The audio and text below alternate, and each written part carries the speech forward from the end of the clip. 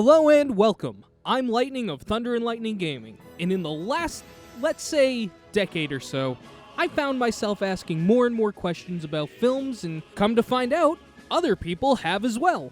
But when one goes to the internet to find what other people think, it can sometimes be a vast ocean of negativity. I'm sure we've all been there. You can be met with, "How could they do that to my favorite character? This sucks now." Or, "Kids these days don't appreciate good movies."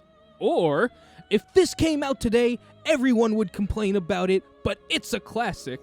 Or, "They gotta make something more original. These continuations of these franchises are more or less reboots." And a lot of this questioning can simply be ruled as being toxic fandom. And don't get me wrong, a lot of it is toxic fandom, but to simply leave a theater and say, "I'm not sure about this part of the film," does not make you an elitist or a toxic fan. And it clearly doesn't mean you think you're better than filmmakers. It's simply a byproduct of the evolution of the art form. That's right, films are in fact an art form. And like all art, it progresses and evolves to be more complicated and involved. And that's not to say old films are not great pieces of art in their own right.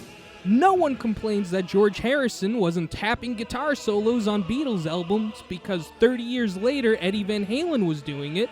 It's just simply evolution. And evolution in storytelling is no new concept. A somewhat modern example in the fantasy genre would be the book trilogy Lord of the Rings by J.R.R. Tolkien. Tolkien left nothing on the table like no one had before when explaining the universe he was creating, and that concept has quite clearly leaked into storytelling in cinema. And in some cases, this expansion and evolution in storytelling has expanded to longer series, more complicated plots and characters, and has exploded over the last couple of decades. In short, expecting the same level of finesse from the latest box office release as a film made 30 or 40 years ago is simply putting the bar too low. But hey, if you're happy with it, that's fine by me, but don't be upset when you hear someone explain their disappointment in a lack of character development or plot, and so on. Discussing and trying to better understand art is also not a new concept. However, I'd be lying if I didn't say sometimes people do argue just to argue. These are toxic fans. So in this video, we'll be going over examples of cinematic evolution and why it's okay to ask questions and not be a toxic fan.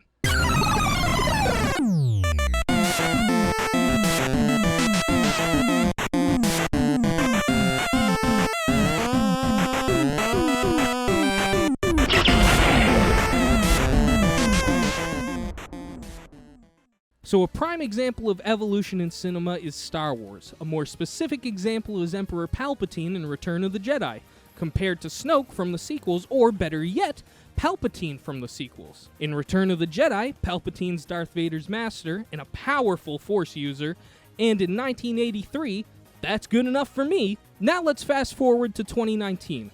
Palpatine is back, he's a clone, I think.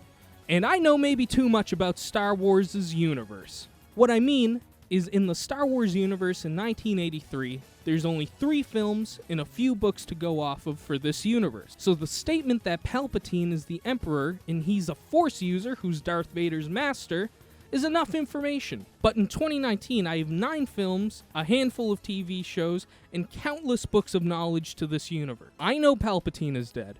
I know how cloning works in this universe, and I know how the Force works. I also know a great deal of known Force users at this era in time in Star Wars. So to tell me, with little to no explanation, that Palpatine is back, and he's used the Force to conjure up some meat puppet named Snoke, who no one had heard of till a few years ago, is going to leave me with a bit more than a few questions, to say the least. So one quality of life explanation that may have been overlooked, and a reason perhaps why this multi-billion-dollar franchise lost its luster a bit on the big screen for these past 3 films, besides an overlook at what cinema lovers are expecting at the theater these days, is the change in writers. Star Wars films up until these films have always had the same writer, and it's already been proven that you can write a great Star Wars story with originality and nostalgia and not be George Lucas. But in the case of these 3 films, it feels like something went wrong. It feels disjointed, and it seems as though J.J. Abrams and Rian Johnson were fighting for control of the Star Wars franchise empire. My guess is that there was very little consulting between the two after their respective films as to where the other was planning to go, and you can feel it. This trilogy has some great moments, but at the end of the day, feels like it has two unmoving emperors. And to feel this way doesn't make me a bad fan. I love Star Wars and hate the toxicity that plagues the fandom. But that doesn't mean I can't have questions or dislike decisions made. I'm just the modern day average cinema consumer. Now, as I said, Star Wars is primed for samples of toxic fandom, and unfortunately, it's a fandom so out of control that the real questions and concerns get muffled in the mix. There's an air of superiority and condescension in complaining or putting down films for no reason that makes some people think that they come off as a more distinguished person, having such taste, refined, and disgust upon us peasants safe in their knowledge of superiority that they're better than us. Wrong. People like this are called toxic fans, essentially trolls, but hey, they might even believe in the vile they spew. It's okay not to like something, and it's okay to have questions, but throwing shade and hate at something because it seems to be the popular opinion, or because you have a superiority complex, is not, in fact, cool. You're ruining these franchises. I promise you can't do better. Get over yourself. Honestly, now that I think about it, it really feels like the difference between people who enjoy contemplating films and toxic fans really comes down to humbleness. If you're still having a hard time believing that cinematic stories and concepts have evolved this heavily in that short of time, then let's explore some timelines. Back in the 1970s and 80s, if your film was a success and left the people dying for more, then you got a sequel. If your film was larger than life, you got the coveted trilogy. Your franchise was destined to go down in history. But then, that was it. The trilogy was the glass ceiling. I mean, do you really expect the writers to do more with the characters? Are you crazy? People would get bored with it. Of course, the horror genre is the exception, but honestly, few things tie some of these films together. It's more so same villain you love, but different setting, and for some reason that we'd need another video essay to discuss, that's enough for the horror fans. But I digress. The glass ceiling of a trilogy, even when they were deciding to take the wonderful universe Tolkien had written and turned it into a blockbuster smash, they decided to initially skip the Hobbit book, because then it wouldn't be 3, it'd be 4, and it can't be 4. Even when they decided it was time to make The Hobbit, it can't be 1, because that would be an insult, and it can't be 2, because fuck you. It had to be 3! The only issue is there really wasn't enough story for 3, and I don't think Tolkien was going to be writing anymore. But around this time, there was a writer with her own movie deal, who had far more than 3 movies worth of story to tell. And listen, say what you will about her, I know I have plenty to say, but we're talking about the movies, not her.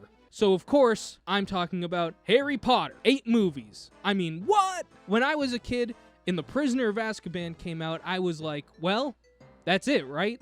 They aren't legally allowed to make anymore, right? And boy, was I wrong. And it felt like the epic poems of cinema was unveiling before my eyes. Honestly though, this did set a precedence with films. People will stick around for bigger and not better, but more intricate stories. Now flash forward even more, and we have like a 24 film franchise that's still going with the MCU. The point is, no matter how you look at it, storytelling in cinema has always and is currently evolving. And it's okay for you, the viewer, to evolve with it. And that doesn't mean you have to hate the past, and it doesn't mean you have to hate for the sake of hating, but it's okay to have a higher expectation for some things. And when I say expectations, I don't mean get the story to go just the way you wanted it. It simply means that no matter what happens, your expectations are to receive a well-told story. That's gonna do it for me. Thank you so much for listening, watching, doing it all. Please be sure to subscribe to the channel if you haven't already. We truly appreciate all the support. And until next time, I'm Lightning. Catch you later, guys.